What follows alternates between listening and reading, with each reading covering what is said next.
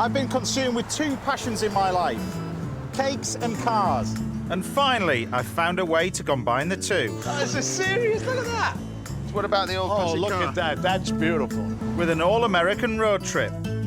You might not think of America as the gourmet capital of the world, But you'll be wrong. they love baking, so I want to find out how they do things stateside. So get ready for a sugar-coated, full-throttle journey around the United Cakes of America.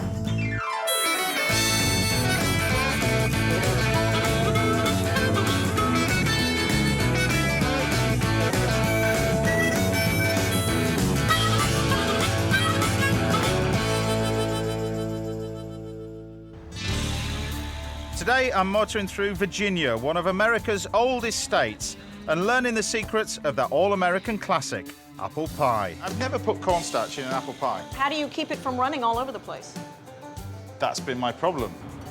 I'll also be getting to grips with decorating a rather unusual king cake, a southern speciality. And we've got faith, Yeah. and then we've got justice. We've got So- 3 bowls of sugar here, David. well, but sure. If you want to call them that, that's not my God. That's it. And in the kitchen, I'll be showing you how to create 2 recipes at home. Apple crumble cake and a cream cheese and cinnamon bake. Lose weight now and then put it all back on again when you eat it all.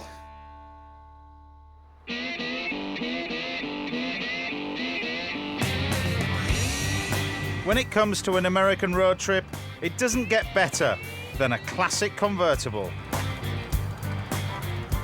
Funny enough, when I said yes, I'll definitely go to America and let's travel along the coast in the States in search for food. This wasn't really what I had in mind in terms of a car, but it's like your granny's old bit of furniture. It's hopeless in a straight line. Having said that, I've actually fallen in love with it. I just feel like I should be in a Tarantino movie. It's pretty cool. I'm driving through the state of Virginia. It has a relatively small population of just 8 million, but with around 47,000 farms, it's a big player in American agriculture. And we've just driven past some great stalls selling fresh tomatoes, pick your own watermelons. You know, in the UK we have pick your own strawberries and black currants. Typically in America they've got to be bigger than anybody else. So it's pick your own watermelons. It's not just melons. Virginia's apples are worth over £150 million a year to the American economy, and a few of the lucky ones wind up in that American classic, apple pie. See, this is how you envisage every single small town in America to be like. It's a beautiful part of the world. I've arrived in the town of Leesburg. I'm here to check out a bakery so renowned that even presidents have eaten some of their pies. What does that look? Mum's Apple Pie Company is a family-run business that's been making pies for over 25 years, using as much produce as they can from their very own farm. See, this is what I'm talking about when you come to America. It really, it's just the smell in here, proper pie shop. And I love this ceiling. I've never seen that before. So, Avis, yes, busy working. Busy working. Hi there. We got cookies And I'm and meeting milk. Avis Renshaw, who is the mum of Mum's Apple Pie. So tell me about this shop then, because it is spectacular in here. Well, thank you. It's just a little shop, and we Right. got here in about '99 when we got our farm here in Loudoun County. We decided to make our pies out back here and share that with our local community. Because it's the apple pie that I'd like to... You want to see a where little we make the masterclass, pie? yeah. Come on back, and I'll show you the bakery.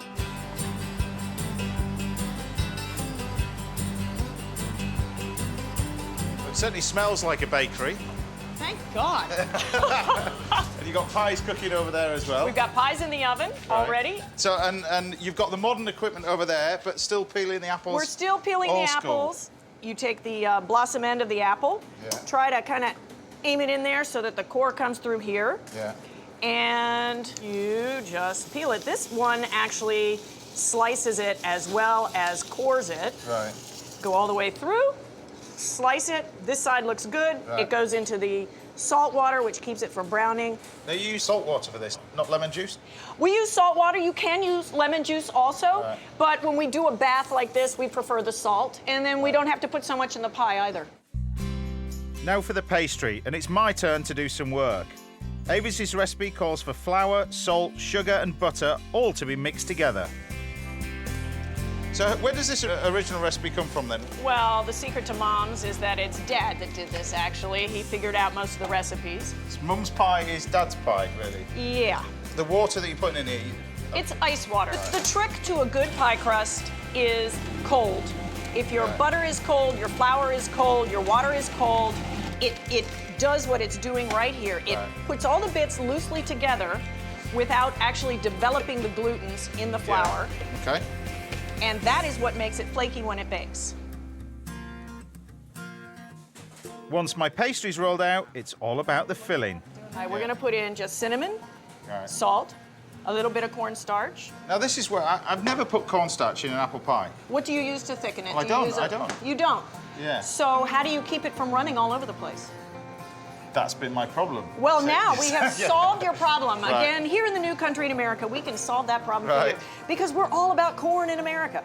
You got some pretty famous customers coming to your door, haven't you, really? Yes. Yeah.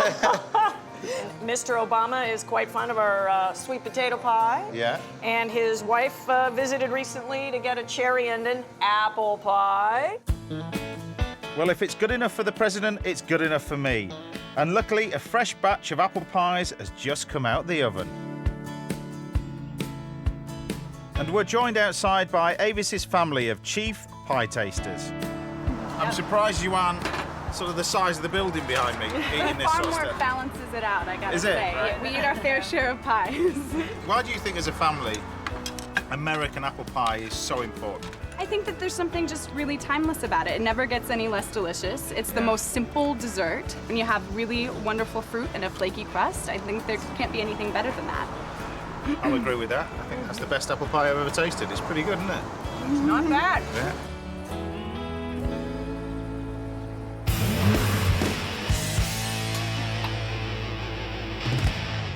Now, this is one of the interesting things that you learn as a chef. I never knew that the apple pie filling had corn flour in there.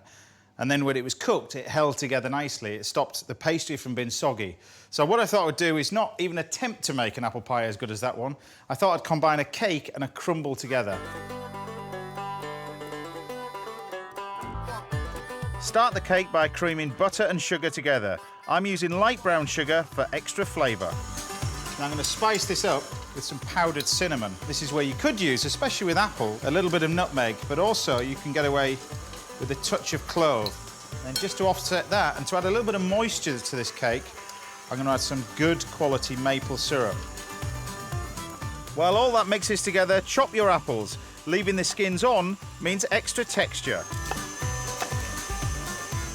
Back to the batter. Add the 4 eggs and then switch the mixer off, because the rest of the ingredients get stirred in by hand, starting with the self-raising flour. Almost half mix the flour. You don't want to fully mix because I don't want to overwork this. And then you can grab half the apples, because we're going to put half inside and half on the top. And just to add a bit of texture into this cake, I've got some pecan nuts. You could use walnuts, of course, walnut halves, but just some pecan nuts. Get the mixture into a cake tin. A spring-form cake tin is definitely your best bet here to make sure it's easy to get out later. Now this batter will be slightly thicker. You need that for the apples to hold inside it. Now just before that goes in the oven, I'm going to make a nice little crumble. And for that, it's quite simply with some cold butter, brown sugar and flour. Rub the ingredients together with your fingertips until you have something that resembles breadcrumbs. The Americans do crumbles, but they have a habit of renaming a lot of things. In particular, their crumble is called a cobbler, which, if you ask a lot of Americans, was invented over there. They can't claim that one. Then top the cake with the remaining apples and crumble mixture. But that's simply a crumble cake. And all we need to do now is bake this 350 degrees Fahrenheit, that's about 170 degrees centigrade, gas mark 4, for about 30 minutes.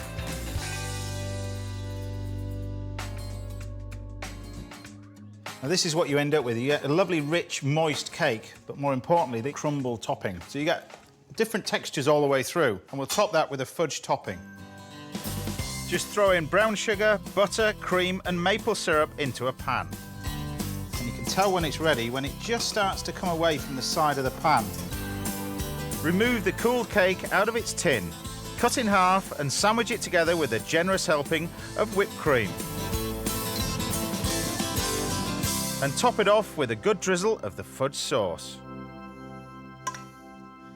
And there you have my apple and pecan crumble cake.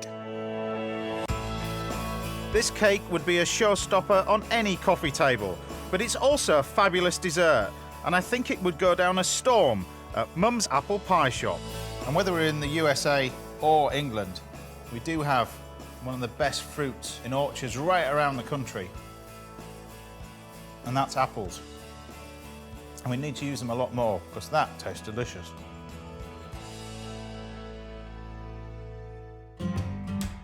This is Arlington, just across the Potomac River from Washington, D.C. Its proximity to the capital means that there are people from all over America living here. I'm on my way to see David Gaus, who's originally from New Orleans, the ultimate party town. I think I've got the right place. I've been told to wait here on 18th Street in Arlington. Don't know where he is, but it says wait here.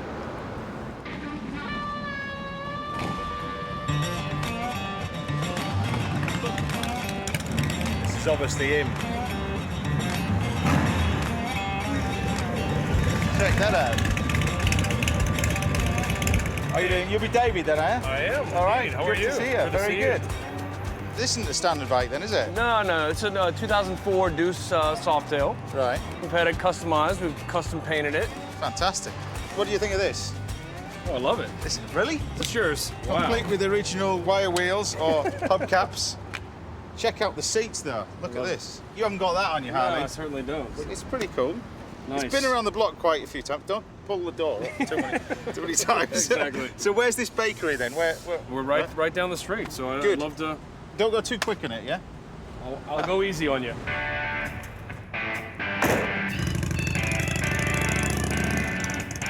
I love Harleys. I don't know where I get away with wearing one of those jackets though. David's going to show me how to make a New Orleans classic, the king cake. We're heading to his Bayou Bakery. But before we get cooking and into the kitchen, I want to find out more about this baking baker. So what's a boy like you from the deep south doing in Virginia? Great question. Yeah. Came up from New Orleans almost 15 years ago, just chasing a job. I was homesick, so I said, well, if I'm going to open a restaurant outside of Louisiana, it's got to represent where I'm from. So you've got things on the menu like Creole, all that sort of Sure, shrimp oh and all yeah. that We kind got of the etouffee, we got the jambalaya, we got the gumbo, all the sweets that everybody recognizes for the South, but specifically New Orleans, like the king cake. So am I right in thinking the cake itself is like a brioche sort of style? It is. I mean, traditionally it's sort of a sweet bread brioche, and then we stuff ours. I think we better get started then. Let's do You it. better lose the jacket Yeah, as well. exactly. I'm you gonna know. put an apron on. Go on then. The king cake starts with a Danish-style dough that's had lots of butter folded into it, just like you'd use to make croissants.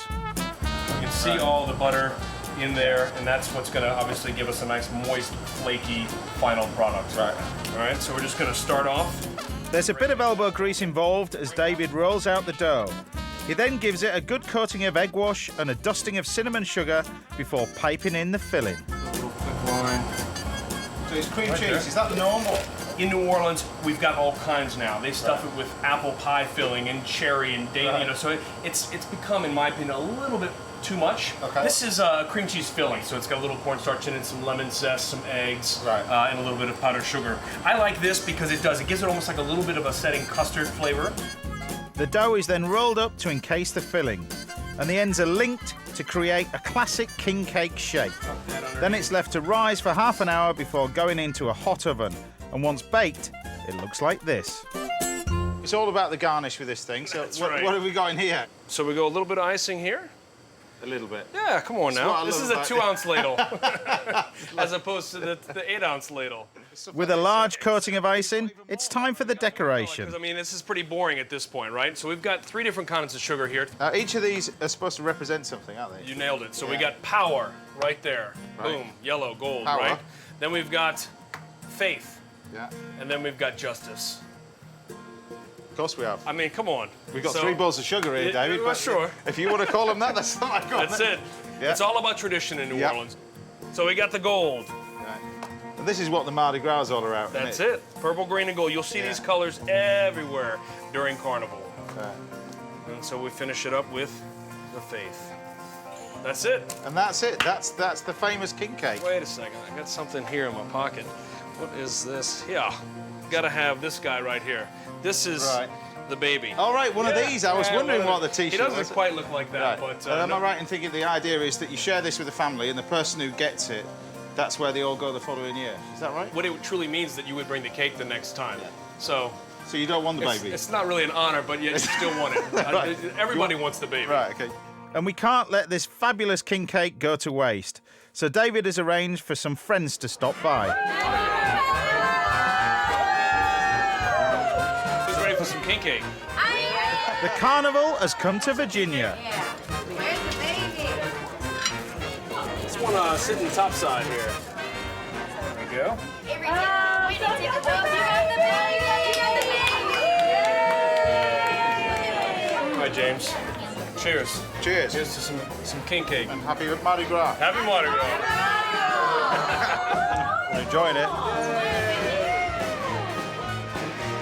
It is good, isn't it?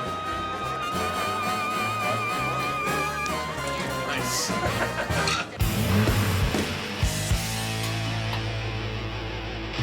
Well, I really like that king cake, and particularly the flavour of the dough. I'm going to use that dough and make a cinnamon and cream cheese bake. First, we need to make the dough, and we use strong flour. And to that, add the sugar, yeast and salt. Then start to pour in warm water and mix until a smooth dough is formed. It's really important not to really follow a recipe at this point. It's to look with your eye, because if it needs more water, give it more water. Because different flours absorb different amounts of liquid. The dough is ready when it starts sticking to the edge of the bowl. You can feel it's sticking to my fingers. Leave it to rise for 20 minutes and it will triple in size thanks to the yeast. Knock the air out of the dough and roll it out on a floured surface. And now brace yourself for the butter. In here, you need 500 grams or half a kilo of butter. Then we fold it over, and this is called a book turn, where you fold it over like pages in a book, fold it over again, plenty of flour, and then this is where you can get your anger out on it.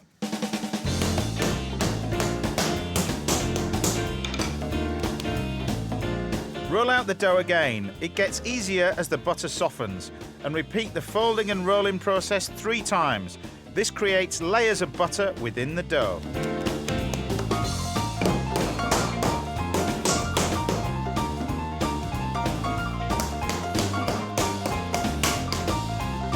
Ideally, what you want for this is to keep it nice and cold. So if it gets too warm in between each turn, pop it in the fridge and wait 10 minutes. But it is tiring if you do this by hand. But it's worth it in the end, because you lose weight now and then put it all back on again when you eat it all. Fold the dough one more time before wrapping and chilling in the fridge. So this one's nice and cold. Now you can actually see the layers of butter and pastry. And what's going to happen is when those layers heat up, the butter melts, it creates steam, and it forces the layers of dough apart. And that's where you get those little air pockets, particularly Danish pastries and croissants. That's where it comes from. Roll out the dough into a big square, about ½ centimetre thick. Then, just like David, I'm going to use cream cheese in my filling, but I'm keeping it simple by just whipping up some cream cheese with the seeds from 1 vanilla pod. Spread it evenly over the dough. Sprinkle this now with a bit of cinnamon over the top. So at this point, it's very similar to the king cake, and then we can roll it up. And slice the rolled up dough into 1½ inch pieces. Arrange them into a well-greased cake tin, making sure they're not too tightly packed. Let them rise again and give them a good egg wash. But the key to this entire dish at the moment is they're not too sweet. Fattening, yeah, but not too sweet. And this is the important thing. Whenever you're baking anything like this, and bread at home, your oven as high as it'll possibly go, because these need to cook very quickly for a short amount of time. So about 20 minutes, really, really hot oven. And as it bakes, the pieces will rise even more and stick together to form one big cake. Now, to finish this cake, I'm going to top it New Orleans style with some bourbon glaze. And that starts with sugar, a splash of water and a good glug of maple syrup. But I'm not done yet. While all that dissolves, I'm going to knock up another quick topping with icing sugar and water. Once the sugar in the pan has dissolved, add a good splash of bourbon and burn off the alcohol and reduce until it's nice and sticky. Then it's ready to be brushed all over the cake to give it a lovely shiny finish. For the final flourish, use a piping bag to drizzle over the icing. And there you have it, my cream cheese and cinnamon bake with not a baby inside, but plenty of bourbon.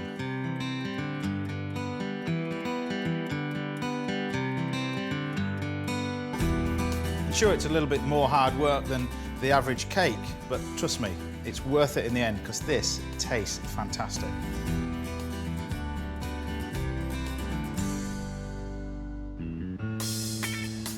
Virginia has been a fascinating place to visit. It's shown me some great southern hospitality and some fantastic cakes. Today's been a good day, and the car's still going.